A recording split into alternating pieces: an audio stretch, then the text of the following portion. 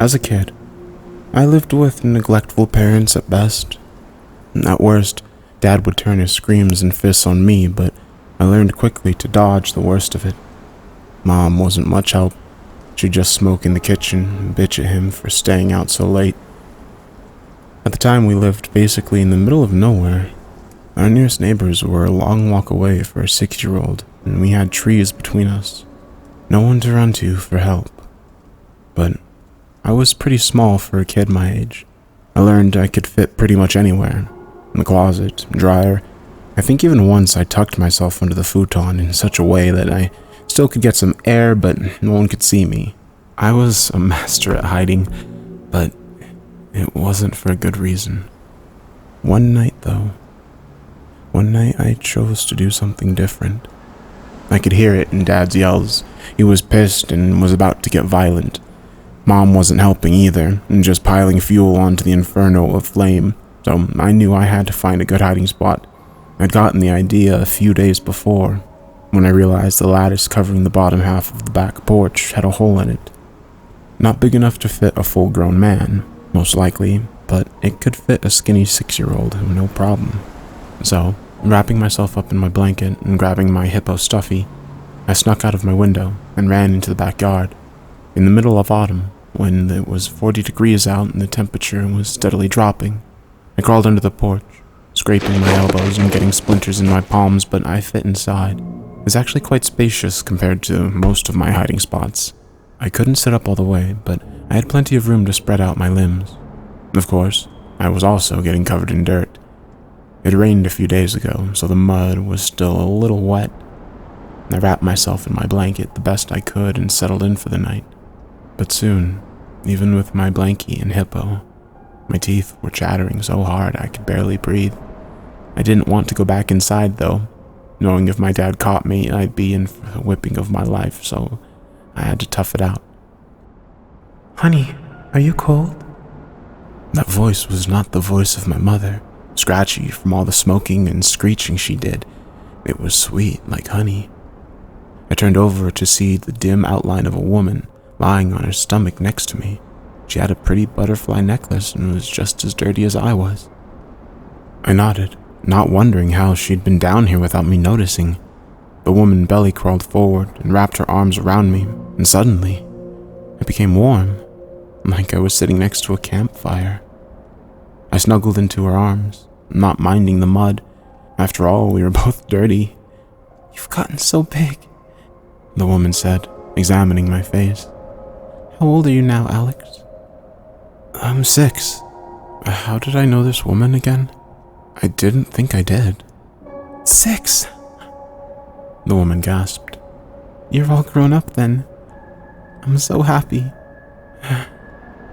She sighed pleasantly and stroked my hair. I'd never felt so cozy in my life. "What's your name?" I asked. She smiled. I could hear it in her voice. "I'm Lily. What's your favorite thing to do?" I had to think for a second.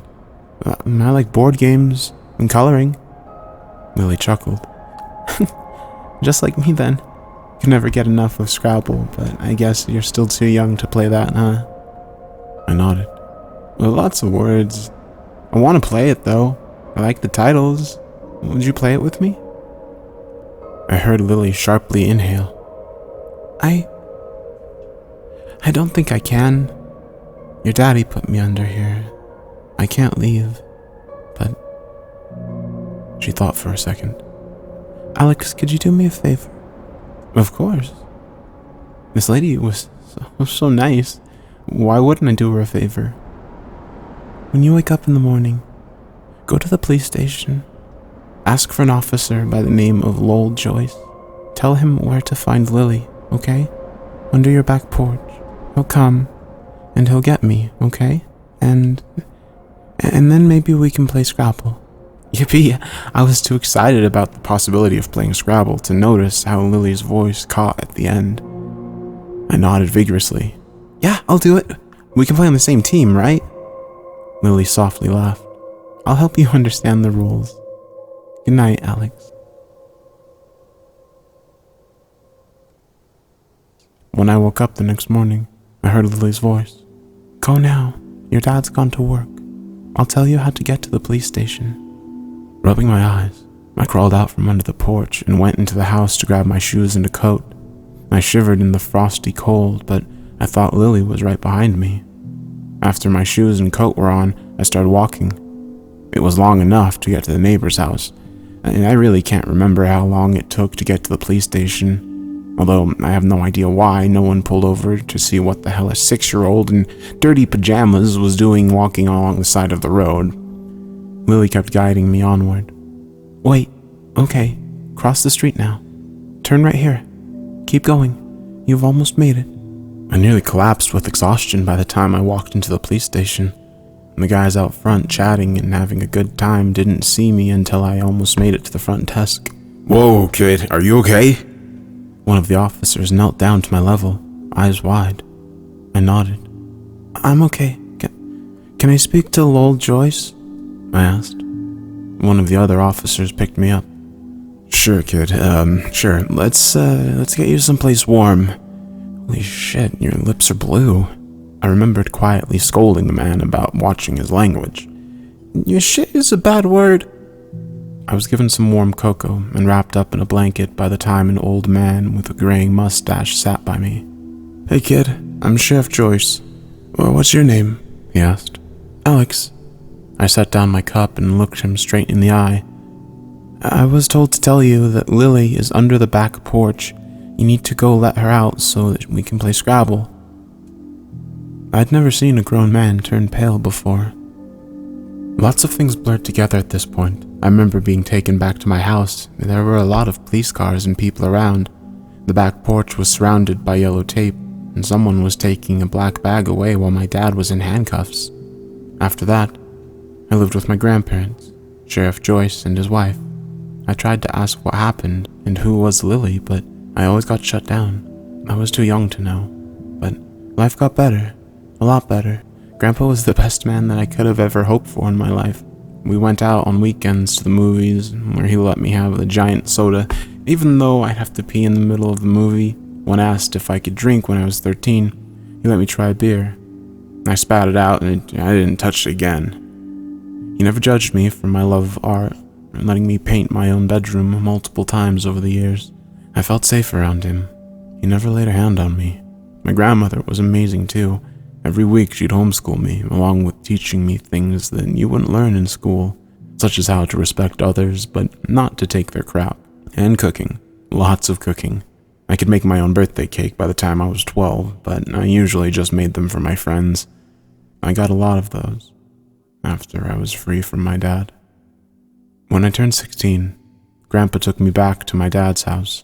The whole thing had been bulldozed over, but I could still see the yellow tape wound around a few trees, faded and torn. We sat together on the back of his truck. He opened a beer and drank half of it before setting it down and grabbing me an orange soda. After I drank it, he told me, "Lily was your mother. Good thing you didn't tell me while I was swallowing.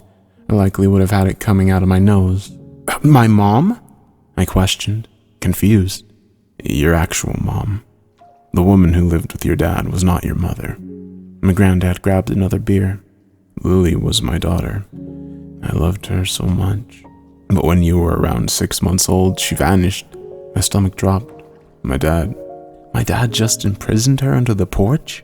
I asked, starting to feel sick. Grandpa took a deep breath before setting his unopened beer down. "That's something I've never been able to understand.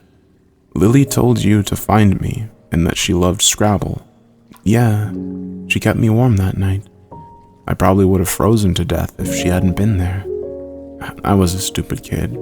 Even I knew that." Grandpa went dead quiet before he opened that beer and slammed the whole thing. "Alex, Lily had been dead the whole time she was gone. When we dug her up, she was bones. Experts confirmed it, and your dad confessed to what happened. They'd gotten into a fight and he threw her down the stairs. She broke her neck." He clenched his fists.